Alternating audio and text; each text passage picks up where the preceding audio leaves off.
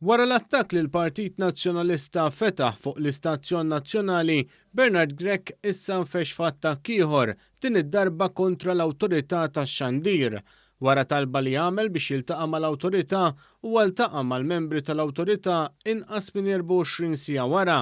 Kif ħareġ mill-laqgħa, Grech qal hekk. Illum għandna konferma li l-awtorità tax-Xandir mhijiex qiegħda tagħmel ix-xogħol kollu rikjest minnha u awtorità li għandha u responsabilità tagħha skont il-liġi. Bernard Grech ħrax fl-attakki tiegħu wara li l-aħħar surveys politiċi urew li kull ma jmur qed ikompli jnaqqas l-appoġġ tal-poplu.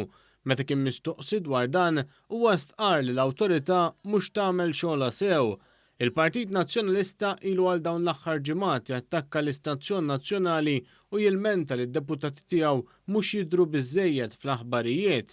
Permezz tal-Viċi Kap David Agius, ġimgħa wara ġimgħa kienu qed isiru l-konferenzi tal-aħbarijiet b'mod virtwali u mhux jistiednu l-ġurnalisti fiżikament preżenti qudiemhom u jitolbu biex id-deputati u l-kandidati tal-Partit Nazzjonalista jibdew jidhru aktar.